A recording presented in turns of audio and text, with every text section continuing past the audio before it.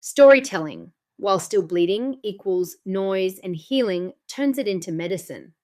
A story about how sometimes the reason you can't tell your story is because you're still living inside it. The God honest truth about how I finally finished telling my story and wrote my book. Well, technically, my second book. The truth is, I didn't finish my book because of some magical productivity hack or because I suddenly became disciplined overnight. I finished it because I relentlessly showed up for it every single day in whatever capacity I could. Once I finally got into the groove of it, I just did it. I wrote from morning to night. There were nights where I'd look up and realize it was 3 o'clock in the morning and I was still typing like a possessed goblin. And then there were other times where I was completely exhausted and couldn't look at another page for a day or two. But I always came back. I lived and breathed it. This is what worked for me and my neurodiverse brain. And it's different for everyone. You have to find your own groove. Maybe that's 2 days a week. Maybe that's 1 hour a day. Whatever it is, you stick to it. But more than that, I had to fall in love with the project. Like properly fall in love with it, balls and all. I had to fall in love with my story and wanting to tell it. And once that happened, something really beautiful started unfolding.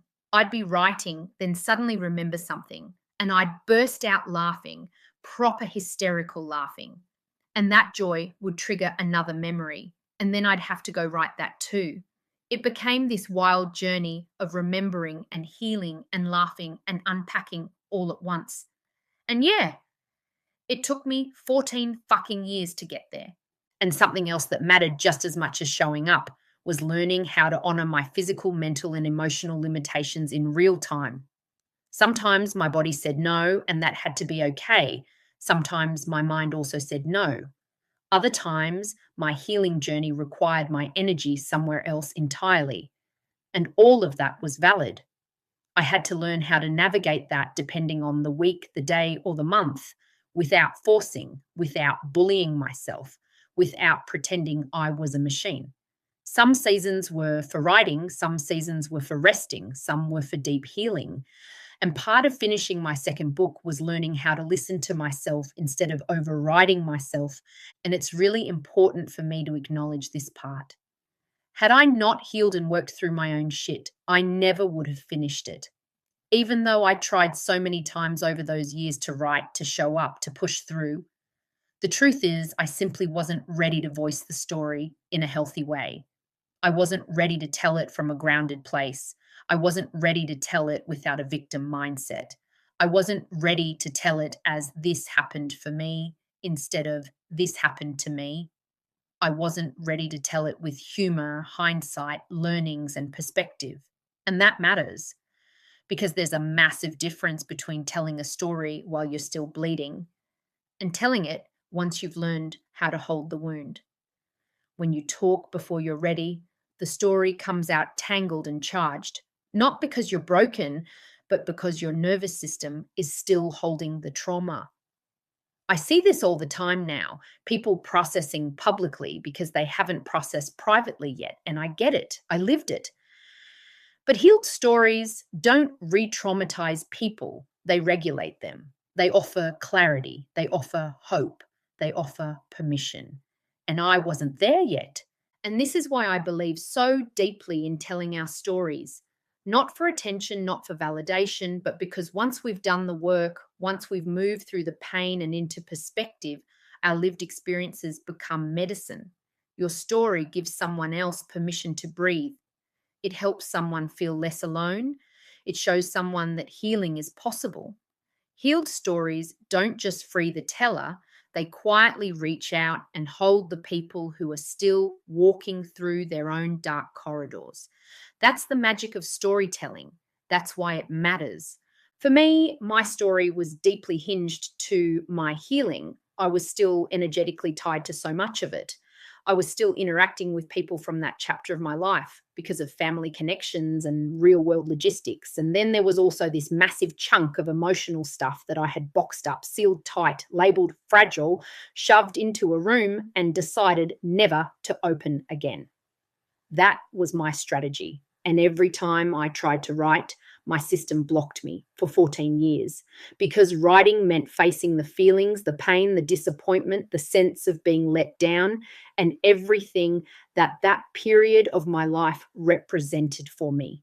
That chapter was my catalyst. It was deeply traumatic, deeply moving, deeply blissful, deeply everything. It woke me up. It brought me back to myself. It reignited my spirituality. It forced me to confront who I really am. And honestly, if it hadn't been that intense, my neurodivergent brain probably wouldn't have even paid attention because I'm wired for creation, stimulation, movement, and meaning. And I'll say this from lived experience. I don't recommend drowning out the invitations to heal. It causes delay, it causes prolonged suffering, and usually for no good reason. My resistance delayed so much in my life. But eventually, I did the work. I allowed myself to feel what needed to be felt. I stopped running from it. I started listening to my pain points instead of numbing them. I treated them like a best friend instead of an inconvenience. Why are you here? What are you trying to show me? And that's when everything shifted. That's when the story finally came through.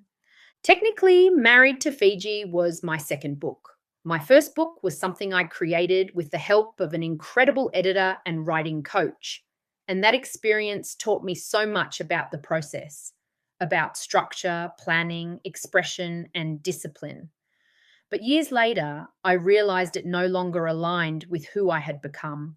I had healed. I had grown. I had moved through the very pain points that book was rooted in. We simply weren't on the same frequency anymore, so I pulled it. And sometimes that happens. And that's okay. It was a hard decision, but it was the right one. That first book was part of my learning curve. Sometimes you have to walk the path with support before you can walk it on your own. When I first started writing, it took time to find my voice. It took time to find my expression. But once I was ready, once I was honest with myself, it all began to flow. Now, expression comes effortlessly for me, whether I'm writing, scripting, or speaking to camera. But the foundation of that was showing up, holding the intention, healing the resistance, and letting myself evolve.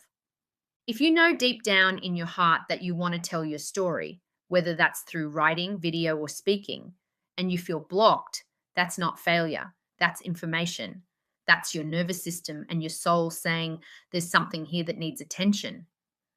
Resistance feels awful. It's demoralizing.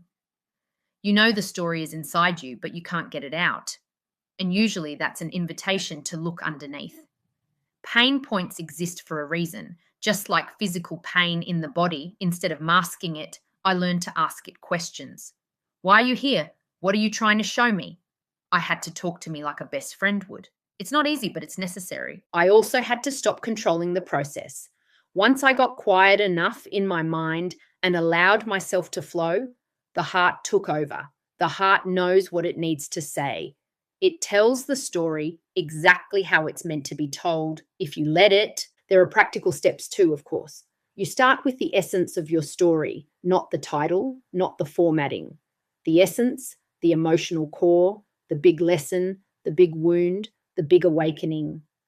Then you brain dump everything, all the experiences, big and small. You get it all out. And only after that do you start shaping it. Because telling your story before you're ready often results in messy projection, public emotional chaos, and storytelling rooted in unhealed wounds. And that's not where you want your story living. You want it grounded. You want it conscious. You want it to uplift, inform, heal, or entertain in a way that actually serves. So, yeah, I finished my book because I showed up every day and because I healed enough to finally tell it from power instead of pain. It took divine timing. It took honesty. It took falling back in love with my own story. And it took letting my heart lead. If you're blocked right now, don't shame yourself. Ask yourself what it's trying to show you. Ask yourself what needs to be felt, healed, or released. Because when you free that part of you, the story doesn't just trickle out, it free pours.